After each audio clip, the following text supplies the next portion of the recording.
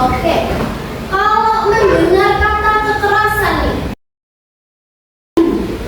Nah, dari pemikiran kita tadi, ada 1, 2, 3, dapat kita simpulkan bahwa kekerasan itu merupakan kegiatan menyakiti yang disengaja. Kegiatan menyakiti seseorang secara disengaja. Kalau kita membahas kekerasan, kita langsung masuk ke dalam tokohnya. Ada tokoh siapa saja di dalam kegiatan kekerasan ini? Iya, pintar. Ada yang menjawab pelaku, ada 2. Ada pelaku dan korban. Pintar semuanya. Kalau pelaku jadi orang yang melakukan kejahatan, orang yang melakukan tindakan tidak baik, gitu ya. Kalau berbicara mengenai korbannya, jadi orang yang menerima perlakuan tidak baik itu, orang yang mendapatkan perilaku jahat, tindakan penganiayaan dari seseorang pelaku ini, itu yang dinamakan dengan korban. Hari ini kita cuma bahas 4.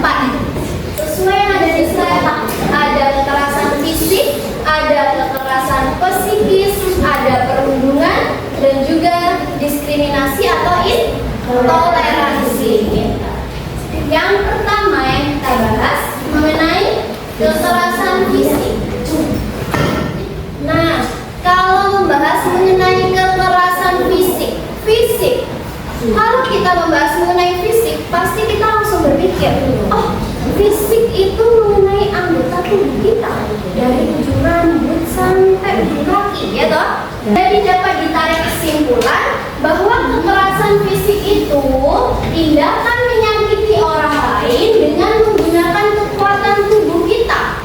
Bisa menggunakan tangan, kaki, kekuatan memukul, menendang, mencubit, coba tawuran. Sini kubunya SDN Panjang Jiwa dengan SD ini, cuma tawurannya cuma lihat-lihatan gitu kan nggak mungkin. Pasti akan tonjok-tonjok masuk ke dalam kekerasan fisik. Nah, membahas mengenai psikis, pasti ada kaitannya dengan kejiwaan. Contohnya, orang yang memiliki jiwa yang masih baik, masih sehat, jiwa yang sehat, itu pasti dia dapat membedakan mana yang baik dan mana yang buruk. Contohnya lagi, pasti dia kalau masih mempunyai jiwa kejiwaan yang baik, dia dapat memiliki rasa malu menuju ke perundungan atau pembulian. Pas mengenai bullying itu juga banyak lagi jenisnya. Ada 4 atau pembulian ini pada akhirnya juga akan memberikan dampak yang negatif untuk psikis seseorang, untuk jiwa seseorang. Orang yang sering dibully, dikata-katain kayak jelek dan lain-lain, itu kalau nggak kuat, tindakan yang menyebabkan tekanan mentalnya jadi down. Nah, yang terakhir mengenai diskriminasi dan intoleransi. Kalau mendengar kata diskriminasi kegiatan membeda-bedakan orang. Diskriminasi dan intoleransi ini merupakan setiap perbuatan kekerasan dalam bentuk pembedaan atau diskriminasi, pengucilan, pembatasan, atau pemilihan berdasarkan suku, agama, dan lain-lain. Angkanya kayak gimana sih, Kak? Gak mau aku temenan sama kamu. Kamu kalau mendapatkan pelajaran gak mudah-mudah, gak ngerti-ngerti. Aku gak mau sama temenan sama kamu.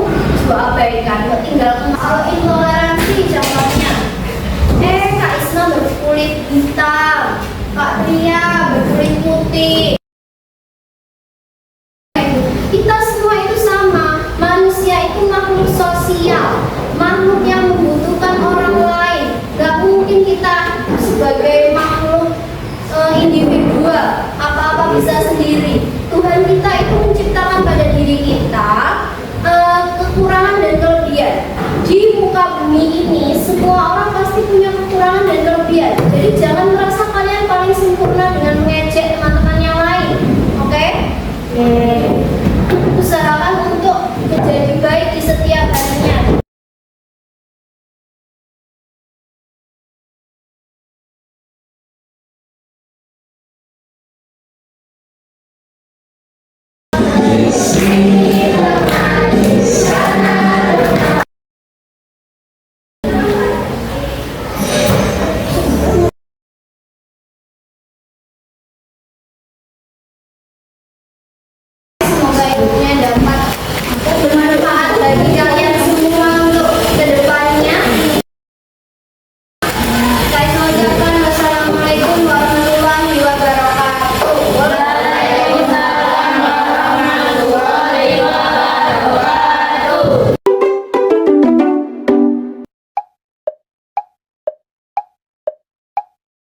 यूं बोले पिया बोले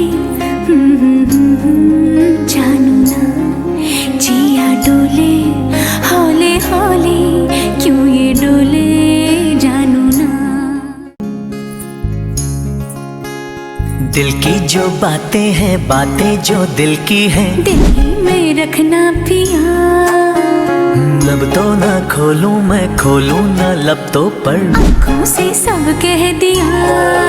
पियू बोले पिया बोले क्या ये बोले जानू ना जिया डोले हौले हौले क्यों ये डोले जानू ना। Assalamualaikum warahmatullahi wabarakatuh.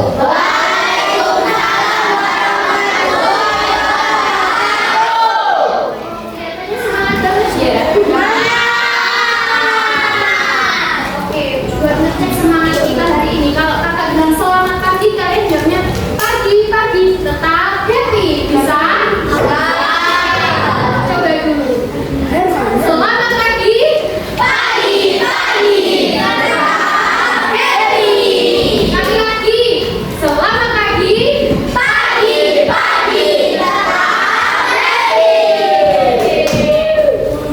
Kalian tadi sarapannya apa?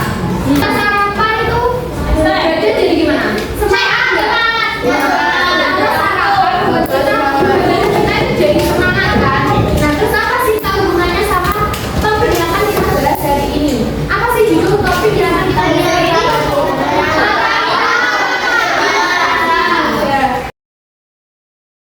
Nah, seperti yang kakak jelaskan tadi, narkoba adalah zat yang bisa menyebabkan ketergantungan dan merusak kesehatan. Nah, ini yang tadi kakak jelaskan, bahaya narkoba bagi remaja.